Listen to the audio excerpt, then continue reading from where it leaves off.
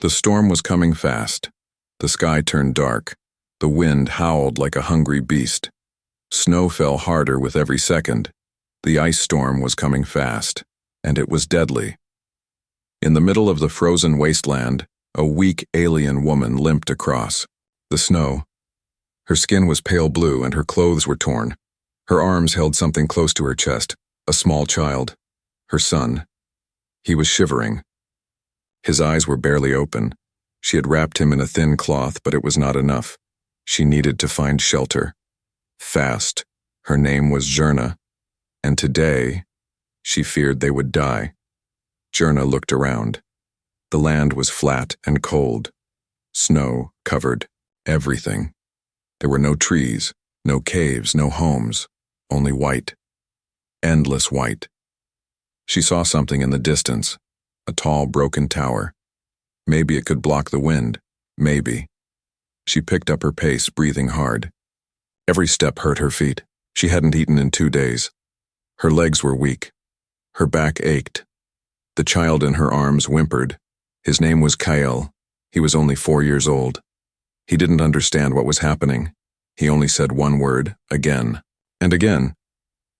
Mama. Jerna reached the tower. It was made of metal, old and rusted. It looked like a human structure, from the old wars. But now it was silent, empty. She pushed open a cracked door and stepped inside. It was cold, but at least the wind didn't hit them here. She placed Kale down gently on the floor and sat beside him. Her hands trembled. She took off her scarf and wrapped it around him. Then she closed her eyes and whispered, "Just one night. Let us survive one night." Outside, the storm came faster. Winds screamed. Ice hit the metal tower. Suddenly, footsteps, not hers, not Kale's. Heavy. Slow. Crunching through snow. Jerna opened her eyes. Her heart jumped. Was it a beast? A soldier? A thief? She reached for the small blade she kept in her boot. Her fingers shook. The door creaked open. A tall figure entered, covered in thick clothes and armor. Snow dropped from his shoulders as he stepped in. A human. Jerna pulled her child close and hissed, "Stay back!" The man didn't move closer. He looked at her, then at the child. She could not see his face clearly, but his voice was calm. "I won't hurt you," he said. "You need help." Jerna didn't answer. No human had ever helped her before. She expected a gun, a command, or worse. But the man just slowly reached into his pack and took out something, a thermal heat pack. Still sealed. He placed it on the ground. Then slowly stepped back. Jerna stared at the pack, then back at him. She didn't trust him, but the cold wind howled louder. Kale's lips were blue. She made a choice. She grabbed the heat pack and pressed. The button, it warmed instantly. Hot. Safe. She held it against Kale's chest. His body stopped shaking. His small hands reached up and touched her face. Mama. Warm. Tears filled Jerna's eyes. When she looked up again, the man was gone. She crawled to the door and peeked outside. She saw him walking away in the storm, alone. She didn't know his name. She didn't understand why he helped. But that night, Kale slept, warm, alive. Jerna sat awake, holding him close, and for the first time in many years, she whispered, "Maybe, not all humans are monsters." Snow fell quietly the next morning. The storm had not stopped, but it had grown silent, like it was hiding something. Inside the broken tower, Jerna woke up to the sound of soft breathing. Her child, Kyle, was still alive. His skin had more color. His small fingers were warm. She touched his cheek. "Thank you," she whispered, though she didn't know if she meant the gods or the strange human who had left them the heat pack. She hadn't seen kindness in years. Not since her husband was taken, not since her people were hunted. She glanced outside through a crack in the metal wall. The world was still white, still cold, but where was the human now? Kale tugged her sleeve. Mama, I want to play. Zherna smiled weakly. Not now, Kyle. It's still dangerous. But Kyle was already crawling toward the door. Kyle, stop. Too late. He slipped outside. His small legs were fast. He giggled as he stomped on the frozen ground. Zherna's eyes widened. No. Kyle, come back. She limped to the door, then froze in terror. The ground outside was not safe. The storm had passed, but underneath the snow, the ice had cracked. Long, deep lines ran across the frozen lake near the tower. Kyle didn't see them. He ran across, the surface, his little boots tapping lightly. The sound echoed, too hollow. Zherna screamed, "KL, stop!" He turned, smiling, until the ice groaned beneath his feet. Crack, his smile faded. His arms flailed. The ice split open with a deafening sound. He fell in. Zherna's heart nearly stopped. She didn't think. She ran. Her foot hit a crack. She fell. Blood spilled from her knee, but she crawled. "Kale, baby, hold on." She reached the hole but saw nothing but dark, cold water. No, no, no, no. She reached into the hole. Her hand burned from the freezing water. She screamed again, desperate, helpless. And then, a heavy hand grabbed her shoulder. She spun around. It was him, the human. He didn't wait. He dropped his gear and jumped straight into the hole. Zherna gasped. The cold would kill him. She screamed, "You'll die." But bubbles rose. Then silence. 10 long seconds. Then, he broke through the surface, holding Kale in his arms. Kale coughed. Alive. The man pulled himself out, gasping, shaking from the cold. Zherna crawled to them. Her hands grabbed Kale. She hugged him so tightly he cried. She cried harder. The man collapsed on the snow beside them, breathing heavy. Zherna looked at him with wide eyes. Why would you do that?" He didn't answer right away. He simply said, "Because no one should lose a child to ice." Zherna stared at him. He was soaked, freezing, yet his eyes looked calm. Kale curled into her arms, shivering again. The man reached into his bag with stiff fingers. Another heat pack. He handed it to her. "You need it more." Zherna was silent. Her lips trembled. She had been called dirty, weak, a parasite. Her kind were left to die. "But this man," she whispered, "why are you helping us?" The man looked at the sky. Snowflakes landed on his eyelashes. He said, "Because once, someone saved me." Then he stood up, slowly. He picked up his things and turned to walk away again. But Zherna's voice stopped him. "Wait," she said.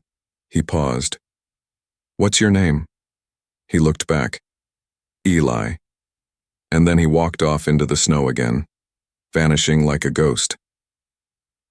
That night, Zherna wrapped Kale in both the heat pack and her arms. She looked at the dark corner where Eli had once stood. She said quietly, "He didn't have to save you, but he did." And for the first time in her life, she felt something strange. Hope. Zherna sat in silence, her arms wrapped tightly around Kale.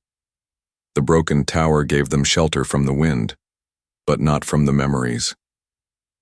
The ice storm was quieter, now, but her thoughts were loud. She couldn't stop seeing Kale slipping under that ice. Couldn't forget the moment Eli, a human, dove into freezing death to pull him out. She didn't understand it. Humans were supposed to hate her kind. They had burned her village, taken her people. But Eli had jumped in without a word.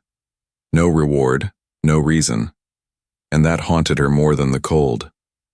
She looked down at Kale, who was finally sleeping, safe and warm beside her. But her own body was failing. Her hands were shaking, her breath short, and her side burned. Slowly, she pulled back her tunic. A jagged scar ran from her ribs to her hip. The wound was old, but infected now, pale green around the edges, smelled of rot. She had hidden it for weeks, wrapped it in torn cloth, ignored the pain, because she had no choice. If she died, Kyle would be alone. She reached into her satchel, empty, no herbs, no medicine, no hope. Jurna lowered her head. I can't protect him forever. By evening, the wind picked up again. Snowflakes danced like angry spirits. Jurna forced herself to stand. She needed to find help, or food, or something. But when she reached the door, a shadow was already there. Eli. She blinked. You again? He nodded. I brought something. He held out a small tin box. Inside, bandages, ointment, and painkillers. Jurna didn't move. She stared at the items, then at him. Why? She whispered. Why do you keep coming back? Eli knelt beside Kyle and checked his pulse gently. He spoke without looking up. Because I've seen a child cry over their dead mother before. I won't see it again. Jurna's eyes widened. There was something in his voice. Not pride, not pity, just pain. She looked away and sat down slowly. My wound. It's bad, she said. He glanced at her side. She let him lift the tunic gently. He didn't flinch, didn't mock. He just opened the ointment and began cleaning it. She winced.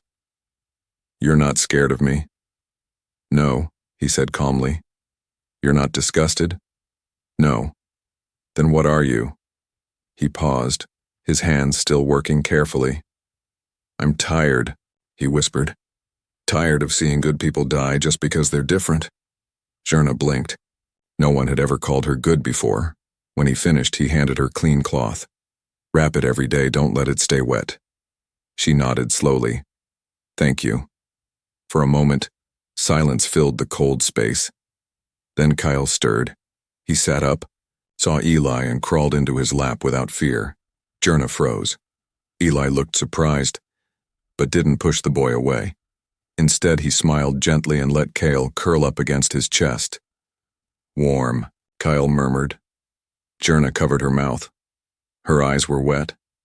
My son never trusted anyone so fast, she whispered. Eli looked at her. Maybe. He knows who's safe.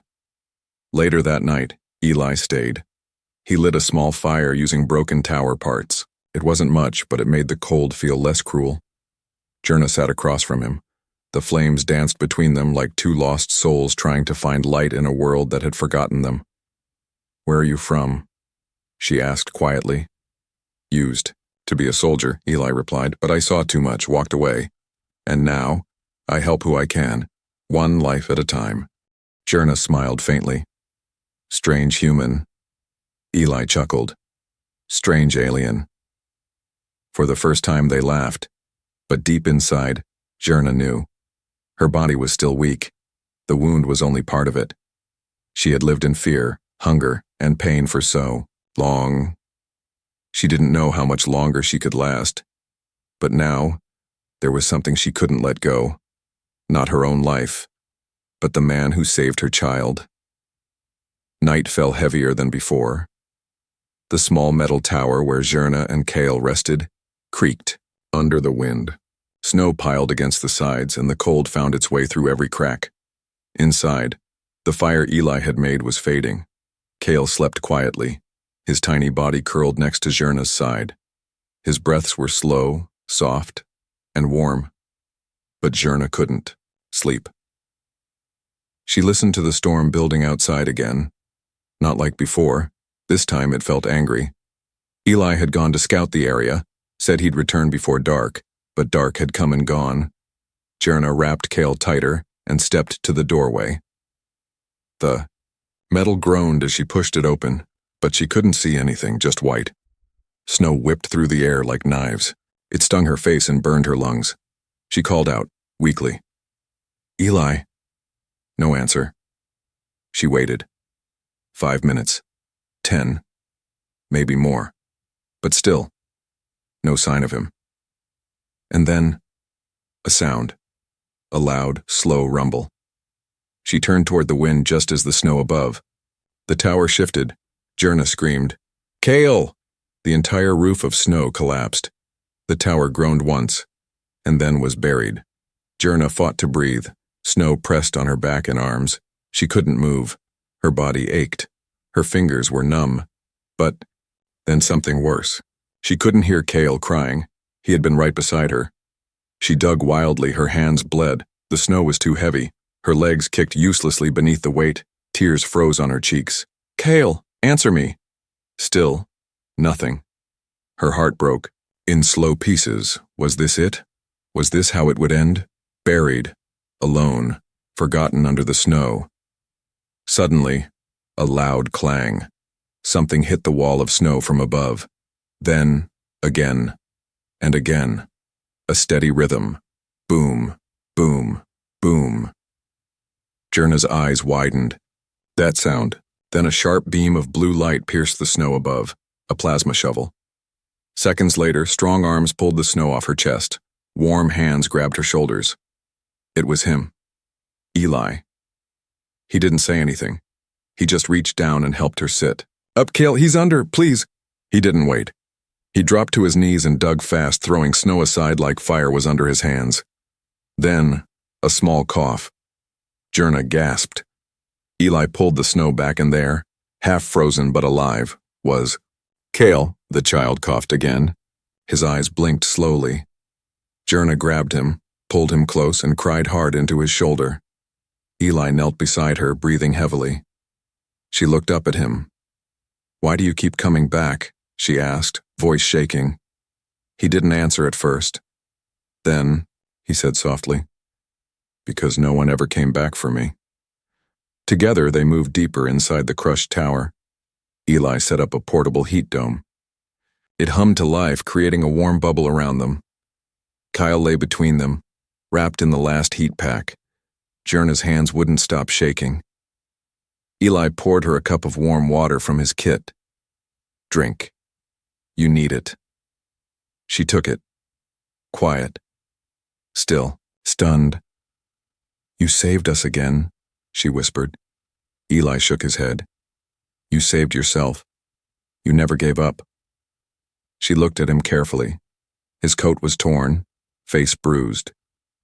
"You're hurt," she said. He gave a weak smile. "I've been worse." They sat in silence. The wind screamed outside the dome, but in here it was quiet. Jerna reached out slowly and touched Eli's hand. It was rough, strong, but it didn't pull away. "I've never known a human like you," she said. He turned to her, his eyes tired but kind. "And I've never known an alien who fought this hard for her child." She smiled. Barely. Her voice cracked as she whispered, "I was ready to die. That day you left the heat pack, I thought it was our last." He looked away. Sometimes all it takes is one warm moment to stop someone from giving up. Jerna curled around Cale, who had started snoring gently. She rested her head near Eli's side, her body weak but her heart strangely full. In this small broken place under the weight of a cruel storm, they had found a piece of safety, and maybe, just maybe, a beginning. The fire had long died out. The wind outside screamed, like a hungry beast. But inside the heat dome, Jerna listened only to the sound of Cale breathing, and Eli's slow, steady breaths beside her. She didn't want to fall asleep. She was afraid that if she closed her eyes, she'd wake up and find it was all a dream, that the heat would be gone, that the snow would take her child again, that the human who had saved her twice had never existed. But she was awake, and he was real. Eli sat with his back against the wall, his coat pulled tight. He had given Cale his only thermal blanket. Jerna watched him quietly from across the small shelter. Her wound still throbbed. Her muscles ached. But there was something heavier than pain sitting in her chest now. Guilt. He had risked his life, for her child, twice. He had brought her medicine, warmth, and food, and she hadn't even told him her name. She had treated him like a stranger, like an enemy. But he had done nothing but show kindness. Jerna looked down at her son's face. Cale was dreaming, a soft smile on his lips. She leaned closer to Eli. "Are you awake?" she asked softly. Eli didn't move. "Yeah." A moment passed. The wind howled. Then Jerna spoke, her voice barely louder than a breath. "My name is Jerna." Eli slowly turned to face her. Their eyes met. The light from the dome reflected softly in his. She continued, her voice steady now. "I didn't tell you before because I didn't trust you. I've been hunted, hated, called a parasite, beaten for simply walking past the wrong people." "I know," Eli said gently. Jerna blinked. "You do?" He nodded. "Not your life, but the feeling." He pulled up his sleeve. A scar ran down his forearm. "I once disobeyed an order, refused to kill a camp full of wounded civilians. My own commander branded me a traitor. I lost everything." Jerna stared at the scar in silence. She didn't speak for a long time. Then, "You're not like the others." "No," Eli said. "And you're not either." Jerna smiled faintly, the first real smile in years. She reached into her pocket and pulled out a small charm, a broken metal pendant in the shape of a star. "This was my mate's," she said. "He died, protecting Kale and me. I kept it to remember him, but it only reminded me of loss." She stared at it in her hand. "Now, it reminds me that someone else is willing to protect us." She handed it to Eli. His eyes widened. "Jerna, please," she said, "take it, just for now. It means I trust you." Eli took the pendant with both hands and held it carefully, like it was made of light. "I'll keep it safe," he promised. Jerna's eyes watered. She quickly looked away. "I don't know how to say thank you," she whispered. "Words aren't enough." "You don't need to say anything," Eli replied, but Jerna did. She leaned closer, her voice cracking. "You saved my child. You gave us life. You reminded me that compassion exists. I never thought I'd feel that again." Kale stirred and sat up, rubbing his eyes. He looked between the two adults and smiled. "Are we a family now?" Jerna gasped, but Eli chuckled. "I guess that depends," he said, looking at Jerna. She blinked. Eli raised an eyebrow. "Do you want us to be?" She didn't answer at first. She looked at Kale, then at the charm in Eli's hand. Then she nodded. "I want to believe in something again." Morning came. The storm had passed. The sun glowed faintly through the clouds, but the world outside was still dangerous. Jerna stepped out of the heat dome with Eli. Kyle followed, holding both. Their hands, the snow sparkled. A new day had come. Eli pointed to the hills in the distance. "There's a refugee zone 3 days north, safer. Food, medicine, shelter." Jerna looked at the long white path. She took a deep breath, then nodded. "We'll go. Together." For the first time, she didn't feel like a fugitive, or a broken mother. She felt like someone who had something to live for again, not because the storm was over, but because someone had stayed beside her through it. The snow had quieted. For the first time in days, the sky was clear. The sun peeked through the gray clouds, casting soft light across the white hills. Everything looked peaceful, but peace is often a trick. Jerna walked carefully beside Eli, holding Kale's hand as they moved across the frozen trail. Each step crunched under their boots. Behind them, their small shelter, the ruined tower, grew smaller with each step. Kale smiled, swinging between them. He didn't know the danger that still followed, but Jerna did, and Eli knew it too. Toys stopped at a half-buried cargo pod near an icy hill. It looked like it had crashed long ago, metal torn, frozen wires dangling. Inside, they could rest for a bit. Eli scanned the sky with his binoculars. "Still clear," he said, but his voice was tense. Jerna watched him. "You feel it too, don't you?" He nodded. "We're not alone." Hours later, they had built a small campfire inside the pod. Kyle slept with a full stomach. Eli gave him the last protein bar. Jerna wrapped her shawl tighter and leaned closer to the flames. "I know who's coming," she said. "I hoped they wouldn't follow, but they always do." Eli looked at her. "Who?" She hesitated, then said, "Slavers." Eli's jaw tightened. Jerna's eyes were far away, staring into the past. "They took our village 3 months ago. My people were weak from hunger. They came in ships, collars, chains. They took the young and the strong, killed the old." She swallowed. "I ran. My mate fought them off long enough for Kyle and me to escape. But they always track their property. They think they still own me." Eli stood, quiet, angry. "You're not property." "I know," she whispered, "but they don't care." Suddenly, a soft click from outside, then a low, metallic hum. Eli's eyes narrowed. Jerna grabbed Kyle gently and held him close. Eli turned to her. "Don't make a sound, get low." He moved to the pod's door, weapon in hand. Outside, boots stepped on snow. Slow, heavy. Then, a voice. "I know you're in there, female," the voice growled. Alien, cold. "Come out now, or we come in."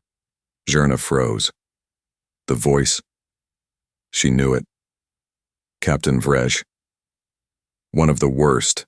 Eli looked back at her. "How many?" She shook her head. 5, maybe more, armed, vicious." Eli's eyes sharpened. "Then we make this fast." The door blew open. Smoke filled the air. One slaver stepped through, gun raised, but Eli was faster. Crack, a punch to the throat. The slaver dropped. The others rushed in, shouting. Jerna screamed and shielded Kale. Eli moved like a storm, striking, dodging, shooting. 2 went down quick.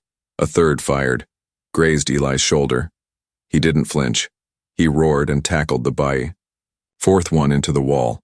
Jerna picked up a fallen weapon and fired wildly at the 5th, buying seconds. The final slaver grabbed Kale. "Got the boy!" Jerna screamed, lunging forward, but before she reached him, Eli tackled the slaver from behind, tearing him away from the child. Kale ran into his mother's arms. The slaver raised a blade, but Eli caught his wrist and... snap. The last attacker hit the floor. Silence. Only the sound of Eli's heavy breathing remained. Jerna stared at him, shaking. You fought them. All..." Eli wiped blood from his cheek. "I told you. No one owns you." Later, the bodies were buried in the snow. No need for trophies, no time for pride, just survival. Eli sat outside, wrapping a cloth around his bleeding arm. Jerna stepped out beside him. She didn't say a word, just sat quietly. Finally, she spoke. "You didn't have to stay. I know. You could have walked away." "I could have." She turned to him. "Why didn't you?" Eli stared at the white horizon, then said simply, "Because no one stayed for me when I needed them." He turned to her. "But I can be that person for you." Jerna looked at him for a long moment, then slowly reached out and took his hand. Warm, strong, real. "I don't want to run anymore," she said. "You won't have to," he promised. They packed their things. The sun was rising higher.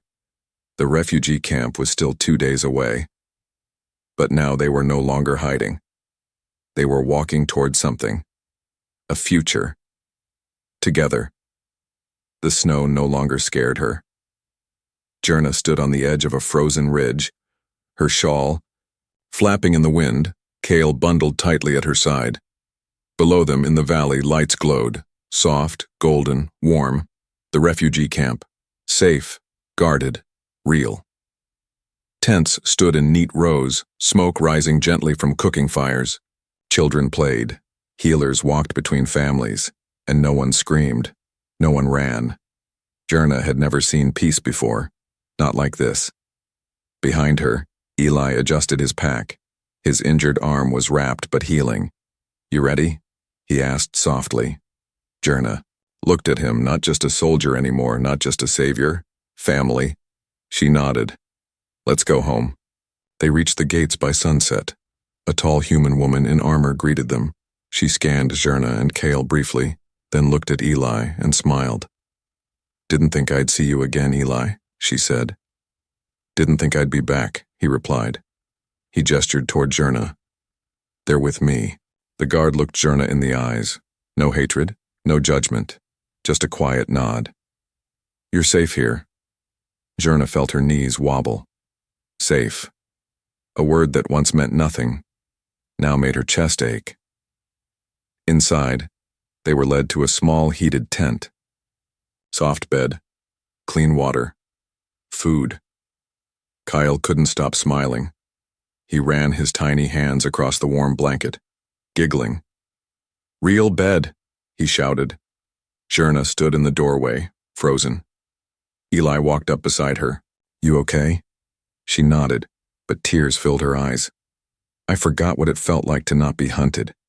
She turned to him, voice trembling. You did this. You gave us this. No. Eli said. You got here. I just walked beside you. That night, Kale slept peacefully between soft pillows, a warm light glowing above him. Zherna stepped outside the tent.